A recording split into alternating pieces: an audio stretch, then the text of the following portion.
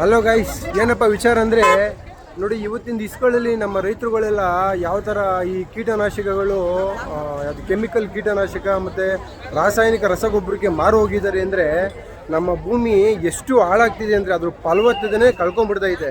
ನಾವು ಈ ವಿಡಿಯೋದಲ್ಲಿ ಏನಪ್ಪ ವಿಚಾರ ತಿಳಿಸೋಕೆ ಬಂದಿದ್ದೀನಿ ಅಂದರೆ, ರಾಸಾಯನಿಕ ರಸಗೊಬ್ಬರ ಇಲ್ದೇಲೇ ಮತ್ತು ಈ ಏನು ಕೆಮಿಕಲ್ ಕೀಟನಾಶಕಗಳನ್ನು ಬಳಸ್ದಲೇ ಅದರಲ್ಲಿ ಸಿಗುವಂತಹ ಪೌಷ್ಟಿಕಾಂಶಗಳು, ಜೈವಿಕ ರಸಗೊಬ್ಬರ, ಜೈವಿಕ ಕೀಟನಾಶಕಗಳನ್ನು ನಾವು ಯಾವ ಥರ ಸಿಂಪಡಣೆ ಮಾಡ್ಬೋದು, ಜೈವಿಕ ಕೀಟನಾಶಕ, ಜೈವಿಕ ರಸಗೊಬ್ಬರದಿಂದ ನಾವು ಯಾವ ಥರ ಬೆಳೆ ಬೆಳಿಬೋದು ಅಂದ್ಬಿಟ್ಟು ನಾನು ನಿಮಗೆ ಈ ವಿಡಿಯೋದಲ್ಲಿ ತೋರಿಸ್ತೀನಿ. ಬನ್ನಿ ಗೈಸ್ ನೋಡಿ, ಇವ್ರು ಆ್ಯಕ್ಚುಲಿ ಅಗ್ರಿಕಲ್ಚರ್ ಬಗ್ಗೆ ಇನ್ನೂ ಸ್ಟಡೀಸ್ ಮಾಡ್ತಿರೋ ಸ್ಟೂಡೆಂಟ್ಸ್ಗಳು. ನಾನು ಆ್ಯಕ್ಚುಲಿ GK ಬಂದಿದ್ದೆ. ಸೊ ನನಗೆ ಇಲ್ಲಿ ಇದು ನೋಡಿದ್ನಲ್ಲ, ಸೊ ನನಗೆ ಆ್ಯಕ್ಚುಲಿ ನಮ್ಮ ರೈತರುಗಳು ಇದ್ರ ಬಗ್ಗೆ ಇನ್ಫಾರ್ಮೇಷನು ಮಾಹಿತಿ ತಿಳಿಸ್ಬೇಕು ಅಂತ ಅನಿಸ್ತು. ಸೊ ನನ್ನ ಸ್ನೇಹಿತರು ನಿಮಗೆ ಮಾಹಿತಿ ಕೊಡ್ತೀನಿ ಅಂತ ಒಪ್ಕೊಂಡ್ರು. ನಾನು ಅದಕ್ಕೆ ನಿಮಗೋಸ್ಕರ ಒಂದೊಂದು ಇನ್ಫಾರ್ಮೇಷನ್ ಮಾಡ್ತಾಯಿದ್ದೀನಿ. ಬನ್ನಿ ಗೈಸ್, ನನ್ನ ಸ್ನೇಹಿತರು ಇವಾಗ ಎಕ್ಸ್ಪ್ಲೇನ್ ಮಾಡ್ತಾರೆ. ಬ್ರದರ್ ಹೇಳಿ ಬ್ರದರ್, ಇವಾಗ ಇನ್ನು ಯಾವ್ಯಾವ ಥರ ಯೂಸ್ ಮಾಡಬೇಕು, ಏನೇನು ಔಷಧಿಗಳು ಇಟ್ಟಿದ್ದೀರಾ, ಮತ್ತು ಯಾವ್ಯಾವ ಹಣ್ಣುಗಳಿಗೆ ಯೂಸ್ ಮಾಡ್ಬೋದಾ, ತರಕಾರಿಗಳಿಗೆ ಯೂಸ್ ಮಾಡ್ಬೋದು, ಯಾವ್ಯಾವ ಬೆಳೆಗಳಿಗೆ ಯೂಸ್ ಮಾಡ್ಬೋದು ಅಂತ ನೀವು ಎಕ್ಸ್ಪ್ಲೇನ್ ಮಾಡಿ ಗೆಳೆಯರಿಗೆ. ನಮಸ್ಕಾರ. ನಾವು ಬಂದು ತೋಟಗಾರಿಕೆ ವಿಜ್ಞಾನಗಳ ವಿಶ್ವವಿದ್ಯಾಲಯ ಬಾಗಲಕೋಟೆ, ತೋಟಗಾರಿಕೆ ಮಹಾವಿದ್ಯಾಲಯ ಬೆಂಗಳೂರಿಂದ. ಸ್ವಲ್ಪ ಜೋರಾಗಿ ಮಾತಾಡಿ. ತೋಟಗಾರಿಕೆ ಮಹಾವಿದ್ಯಾಲಯ ಬೆಂಗಳೂರಿಂದ. ಓಕೆ. ನಾವು ಬಂದು ಜೈವಿಕ ಗೊಬ್ಬರಗಳನ್ನು ಬಳಸಿ ಯಾವ ರೀತಿ ನಾವು ಪರಿಸರಕ್ಕೆ ಹಾನಿಯಾಗದೆ ಕೀಟಗಳನ್ನು ಮತ್ತು ರೋಗಗಳನ್ನು ನಿಯಂತ್ರಿಸಬಹುದು ಎಂಬುದನ್ನು ತೋರಿಸಿಕೊಡುತ್ತೇವೆ. ಹೇಳಿ ಬ್ರದರ್, ಇದೇನಿದು? ಇದು ಫಸ್ಟು ಔಷಧಿಗಳು ಏನೇನಿದೆ ಅಂತ ಹೇಳ್ಬಿಡಿ ಬ್ರದರ್. ನಮ್ಮಲ್ಲಿ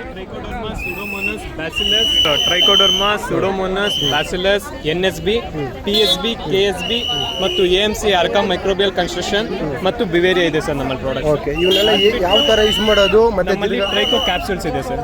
ಟ್ರೈಕೋ ಕ್ಯಾಪ್ಸೂಲ್ಸ್ ಸರ್ ಮೇನ್ ಆಗಿ ಟ್ರೈಕೋ ಕ್ಯಾಪ್ಸೂಲ್ಸ್ ಬಂದ್ಬಿಟ್ಟು ಪಾಟೆಡ್ ಪ್ಲಾಂಟ್ಸ್ಗೆ ಹಾಕ್ಬೋದು. ಸೊ ಸರ್ ಇವಾಗ ಬೆಂಗಳೂರು ಕಂಡೀಷನ್ ಅಂತ ತಗೊಂಡ್ರೆ ನಾರ್ಮಲಿ ಪೀಪಲ್ ಬಂದ್ಬಿಟ್ಟು ಫಾರ್ಮ್ಸ್ ಅಲ್ಲಿ ಬೆಳೆಸಲ್ಲ. So normally potted plants. So first of all tricho capsules ಬಂದ್ಬಿಟ್ಟು ಇವಾಗ ನಾರ್ಮಲಿ ಬೆಂಗಳೂರು ಕಂಡೀಷನ್ ಅಲ್ಲಿ ಜನರು ಬಂದ್ಬಿಟ್ಟು ದೊಡ್ಡ ದೊಡ್ಡ ಫಾರ್ಮ್ಗಳಲ್ಲಿ ಅಂತೂ ಬೆಳೆಸಲ್ಲ. ಸೊ ಪಾಟೆಡ್ ಪ್ಲಾಂಟ್ಸ್ ಆಗಿರ್ಬೋದು, ಅಥವಾ ಹೋಮ್ ಗಾರ್ಡನ್ ಆಗಿರ್ಬೋದು, ಅಥವಾ ಕಿಚನ್ ಗಾರ್ಡನ್ ಆಗಿರ್ಬೋದು, ಅದರಲ್ಲಿ ಬೆಳೆಸ್ತಾರೆ. ಸೊ ಟ್ರೈಕೋ ಕ್ಯಾಪ್ಸೂಲ್ಸ್ ಏನ್ ಮಾಡ್ತಾರೆ ಅಂದ್ರೆ, ಫಸ್ಟಿಗೆ ಪಾಟಲ್ಲಿ ಪಾಟೆಡ್ ಪ್ಲಾಂಟ್ಸ್ ಇರುತ್ತಲ್ಲ, ಟ್ರೈಕೋ ಕ್ಯಾಪ್ಸೂಲ್ ಟ್ರೈಕೋ ಕ್ಯಾಪ್ಸೂಲ್ ಹಾಕ್ತೀವಿ, ನಾವು ನೀರನ್ನ ಸಿಂಪಡಿಸ್ತೀವಿ. ಇದರಲ್ಲಿ ಇರುವಂತದ್ದು ಮೈಕ್ರೋ ಆರ್ಗಾನಿಸಮ್ಸ್ ನಾವು ಕಲ್ಚರ್ ಮಾಡಿರುವಂತದ್ದು ಪೌಡರ್ ಫಾರ್ಮ್ ಅಲ್ಲಿ ಇರ್ತೀವಿ. ಇದು ಬಂದ್ಬಿಟ್ಟು ಎಲ್ಲ ಕಡೆ ಹರಡುತ್ತೆ ಮತ್ತೆ ರೂಟ್ ಗ್ರೋತ್ ನ ಎನ್ಹಾನ್ಸ್ ಮಾಡುತ್ತೆ. ಆಮೇಲೆ ಮತ್ತೆ ಬೇಕಾಗುವಂತ ಪೌಷ್ಟಿಕಾಂಶತೆಯನ್ನು ಕೂಡ ಪ್ಲಾಂಟ್ಸ್ ಗೆ ನೀಡುತ್ತೆ. ಗೈಸ್ ನೋಡಿ, ಇವ್ರು ತೋರಿಸಿದಾರಲ್ವಾ, ಇದು ಆಕ್ಚುಲಿ ಏನ್ ಗೊತ್ತಾ, ಇದು ಯಾವುದೇ ಕೆಮಿಕಲ್ ಯೂಸ್ ಮಾಡಿರೋದಲ್ಲ, ಜೈವಿಕವಾಗಿ ಲ್ಯಾಬಲ್ಲಿ ಇದನ್ನ ಏನು ಬೇರ್ಪಡಿಸಿ ಮಾಡಿರುವಂತಹ ಇದು ಒಂದು ಪೌಷ್ಟಿಕಾಂಶ. ನೋಡಿ, ಅದ್ರ ಬಗ್ಗೆ ಎಕ್ಸ್ಪ್ಲೇನ್ ಮಾಡ್ತಾರೆ. ಓಕೆ. ಇದು ಏನು ಯೂಸ್ ಮಾಡುತ್ತೆ ಅಂದ್ರೆ ಡಿಸೀಸಸ್, ಮೈನ್ಲಿ ರೋಗಗಳಿಗೆ ಯೂಸ್ ಮಾಡುತ್ತೆ. ರೋಗಗಳಿಗೆ.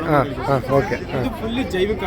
ಓಕೆ. ಇದನ್ನ ಹೆಂಗ್ ಯೂಸ್ ಮಾಡಬೇಕಂದ್ರೆ sir, 8 to 10 ml.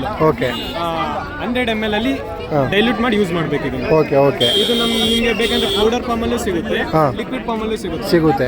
Powder form ಅಲ್ಲಿ ಅಂದ್ರೆ ಡ್ರೆಂಚ್ ಮಾಡಬಹುದು, ಲಿಕ್ವಿಡ್ ಫಾರ್ಮ್ ಅಲ್ಲಿ ಅಂದ್ರೆ ಸ್ಪ್ರೇ ಮಾಡಬಹುದು. ಓಕೆ. ಓಕೆ. ಸೊ ಇದೊಂದೇ ಡಿಸೀಸ್ ರೋಗಗಳನ್ನ ತಡೆಯೋದಕ್ಕೆ ಏನು ಈ ಏನಂತಾರೆ ಕೆಮಿಕಲ್ಲು ಬಳಸೋದಕ್ಕಿಂತ ಇದನ್ನು ಬಳಸಿದ್ರೆ ಬೆಸ್ಟ್ ಅಂತ ನೀವು ಹೇಳ್ತೀರಾ. Okay, thank you guys. ನೋಡಿ, ಇದು ಕೀಟನಾಶಕ ಅಂದ್ಬಿಟ್ಟು ಇದು ಯಾವುದೇ ಕೆಮಿಕಲೈಸೇಷನ್ ಅಲ್ಲ, ಜೈವಿಕವಾಗಿ ಲ್ಯಾಬಲ್ಲಿ ಪರಿಶೋಧನೆ ಮಾಡಿರುವಂತಹ ತೈಲ. ಇದು ಎಕ್ಸ್ಪ್ಲೇನ್ ಮಾಡ್ತಾರೆ ನೋಡಿ ಸರ್. ಇದು ಬಂದು ಕೀಟನಾಶಕ ಅಂದ್ರೆ ಬಿವೇರಿಯಾ ಅಂತ. ಇದು ಏನ್ ಯೂಸ್ ಮಾಡ್ತಾರೆ, ಕೀಟಗಳನ್ನ ನಾಶ ಮಾಡಕ್ಕೆ, ಎಪಿಡ್ಸು, ಮೈಟ್ಸು, ಈ ಗ್ರಬ್ಸ್ ಎಲ್ಲ ಇರುತ್ತಲ್ಲ, ಕಂಟ್ರೋಲ್ ಮಾಡಕ್ಕೆ ಇದನ್ನ ಯೂಸ್ ಮಾಡ್ತಾರೆ. ಇದನ್ನ ಎಲ್ಲ ತರದ ನೋಡಿ, ತರಕಾರಿಗಳಿಗೆ ಮತ್ತೆ ತಿರ್ಗಾ ಹೂಗಳಿಗೆ, ಎಲ್ಲ ತರದ ಆರೋಗ್ಯಟಿಕ್ ಬೆಳೆಗಳಿಗೆ, ಎಲ್ಲ ತರದ್ದು ಯೂಸ್ ಮಾಡ್ತಾರೆ. ಹೌದಾ? Okay, thank you so much. ಇದು ಆಕ್ಚುಲಿ ಏನು ಗೊಬ್ಬರ ಇದು? ಸರ್ ಇದು ಕಾಂಪೋಸ್ಟ್ ಸರ್. ಇದರಲ್ಲಿ ಬಯೋಎನ್ರಿಚ್ ಕಾಂಪೋಸ್ಟ್ ಅಂತ ಕರೀತಾರೆ. ಇದರಲ್ಲಿ NPK 3 ಇರುತ್ತೆ. ಓಕೆ. ಸೊ ನಾವು ಇಲ್ಲಿ ಲಿಕ್ವಿಡ್ ಮಾಡಿದ್ರೆ NPK, ಸೊ ಅದನ್ನ ನಾವು ಮೈಕ್ರೋಬ್ಸ್ ಅನ್ನು ನಾವು ಕಲ್ಚರ್ ಮಾಡಿ ಸೊ ಅದನ್ನ ನಾವು ಲಿಕ್ವಿಡ್ ಮಾಡಿ ಹಾಕ್ತೀವಿ. ಸೊ ಇದನ್ನ ಕಾಂಪೋಸ್ಟ್ ಹಾಕಿ ಒಂದು 3 days ಬಿಡ್ತೀವಿ ಸರ್. ಸೊ 3 days ಅಲ್ಲಿ ನಾವು ಅದು ಗ್ರೋತ್ ಆಗುತ್ತೆ. 4 to 5 days ಬೇಕು ಸರ್. ಸೊ ಅದು ಬಯೋಎನ್ರಿಚ್ ಕಾಂಪೋಸ್ಟ್ ಅಂತ ಕರೀತಾರೆ ಸರ್. ಹೆಂಗೆ ಇಲ್ಲಿ ಕೆಮಿಕಲ್ ಫರ್ಟಿಲೈಸರ್ಸ್ ಯೂಸ್ ಮಾಡ್ತಾರೋ, ಸೊ ಹಂಗೆ ಇದರಲ್ಲಿ ನಾವು ಮೈಕ್ರೋಬ್ಸ್ ನಾವು ಕಲ್ಚರ್ ಮಾಡಿ ನಾವು ಅದರಿಂದ ಎನ್ರಿಚ್ ಮಾಡಿರ್ತೀವಿ. ಸೊ ಇದನ್ನ ಡೈರೆಕ್ಟ್ ಆಗಿ ಗೊಬ್ಬರ ತರ ಯೂಸ್ ಮಾಡಿದ್ರೆ ಸೊ ಗಿಡಕ್ಕೆ ತುಂಬಾ ಒಳ್ಳೇದಾಗುತ್ತೆ, ಇಳುವರಿ ಜಾಸ್ತಿ ಬರುತ್ತೆ. ಹೌದು ಸರ್. ಓಕೆ. ಬಟ್ ಇದು ಯಾವುದೇ ಕೆಮಿಕಲ್ ಯೂಸ್ ಮಾಡಿರುವಂತಹ ಗೊಬ್ಬರ ಅಲ್ಲ, ಜೈವಿಕವಾಗಿ ಮಾಡಿರುವಂತಹ ಗೊಬ್ಬರ. ಓಕೆ. ಓಕೆ. ಓಕೆ. ಇದು ಹೆಸರು ಮೇಡಮ್? ಸರ್ ಇದು bio enrich compost. Okay madam. Okay, done. ಹೇಳಿ. ಇದು bio enrich inch cocopeat pack size same. ಇಲ್ಲಿ ನಾವು ಕೋಕೋಪಿಟ್ ಅಂದ್ರೆ ಲೈಕ್ ಮಾಮೂಲಿ ಕೋಕೋಪಿಟ್ ಅಂದ್ರೆ ಬರೀ ಕೋಕೋಪಿಟ್ ಕೇಕ್ ಸಿಗುತ್ತೆ, ಅದಕ್ಕೆ ನೀರು ಹಾಕಿ ಕೋಕೋಪಿಟ್ ಓಕೆ. ಮಾಡ್ತೀವಿ. ಇದರಲ್ಲಿ ನಾವು ಸೇಮ್ NPK ನ ಬಯೋರಿನ್ ಎನ್ರಿಚ್ ಮಾಡಿ ಕೋಕೋಪಿಟ್ ಮಾಡಿದ್ದೀವಿ. ಮೇಡಮ್ ಆ್ಯಕ್ಚುಲಿ ನನಗೆ NPK ಅಂದರೆ ಗೊತ್ತಾಗಲಿಲ್ಲ, ಪ್ಲೀಸ್ ಅದೊಂದು ಹೇಳ್ತೀರಾ? So nitrogen, phosphorus, potassium. Okay okay. ಅಂದರೆ ಒಂದು ಸಸ್ಯ ಬೆಳಿಬೇಕಂದ್ರೆ ಏನೇನು ಪೌಷ್ಟಿಕಾಂಶ ಬೇಕಂದ್ರೆ NPK ಇದ್ರೆ ಮಾತ್ರ ಒಂದು ಸಸ್ಯ ಬೆಳವಣಿಗೆ ಆಗೋದು. ಇವಾಗ ನಮಗೆ ನೈಟ್ರೋಜನ್ ಯಾಕೆ ಹಾಕ್ತೀವಿ ಅಂದ್ರೆ ಲೀಫ್ ಚೆನ್ನಾಗಿ ಎಲೆಗಳು ಚೆನ್ನಾಗಿ ಗ್ರೋತ್ ಮಾಡೋಕ್ಕೆ. ಓಕೆ ಫಾಸ್ಫರಸ್ ಯಾಕೆಂದ್ರೆ ರೂಟ್ಸ್ ತುಂಬಾ ಓಕೆ, ಬೇರುಗಳು ಚೆನ್ನಾಗಿ ಬೆಳೆಯೋದಕ್ಕೆ. ಚೆನ್ನಾಗಿ ಬೆಳೆಯುತ್ತೆ. ಪೊಟ್ಯಾಷಿಯಂ ಯಾಕೆ ಹಾಕ್ತೀವಿ ಅಂದ್ರೆ ಒಂದು ಫ್ರೂಟಿಂಗ್ ಚೆನ್ನಾಗಿ ಆಗಲಿ. ಹಣ್ಣುಗಳು ಒಂದು ಹಣ್ಣು ಬಿಡೋ ಗಿಡ ಅಂದರೆ ಅದು ಹಣ್ಣುಗಳು ಚೆನ್ನಾಗಿ ಬಿಡಲಿ ಅಂದ್ಬಿಟ್ಟು ಅದು ಪೊಟ್ಯಾಷಿಯಂ ಹಾಕೋದು.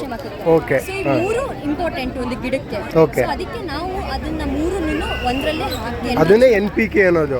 Okay okay madam. ಅದನ್ನ ಎನ್ರಿಚ್ ಮಾಡಿ ಕೋಕೋಪಿಟ್ ಅಲ್ಲಿ ಹಾಕಿ ಅದೇ ಮೈಕ್ರೋಬ್ಸ್ ಜೈವಿಕದೆಲ್ಲ ಮಾಡಿ ಅದನ್ನ ನಾವು ಪ್ಯಾಕ್ ಮಾಡಿದ್ದೀವಿ. ಹಾಂ ಹಾಂ. ಸೊ ಇದು bio enrich cocopeat. Okay okay okay. Thank you madam. Guys ನೋಡಿ, ಇದೆಲ್ಲ ಜೈವಿಕ ಏನು ಸಿಂಪಡಣೆ ಮಾಡುವ ಔಷಧಿಗಳು. ಸೊ ದಯವಿಟ್ಟು ಈ ನಮ್ಮ ಈ ರಾಸಾಯನಿಕ ರಸಗೊಬ್ಬರಗಳನ್ನ ಬಿಟ್ಟು ಈ ಥರ ಜೈವಿಕವಾಗಿ ಬಳಸುವಂತಹ ರಸಗೊಬ್ಬರಗಳನ್ನ ಮತ್ತು ತಿರ್ಗಿ ಔಷಧಿಗಳನ್ನ ನಾವು ಬಳಸಿದ್ರೆ ನಮ್ಮ ಕೃಷಿನಲ್ಲಿ ನಮ್ಮ ಕೃಷಿ ಇನ್ನೂ ಕೂಡ ಅಭಿವೃದ್ಧಿ ಆಗುತ್ತೆ, ನಮಗೂ ಕೂಡ ಇನ್ನೂ ಒಳ್ಳೆ ಇಳುವರಿ ಬರುತ್ತೆ, ನಮ್ಮ ಭೂಮಿ ಫಲವತ್ತತೆಯೂ ಕೂಡ ಚೆನ್ನಾಗಿರುತ್ತೆ. Thank you so much guys.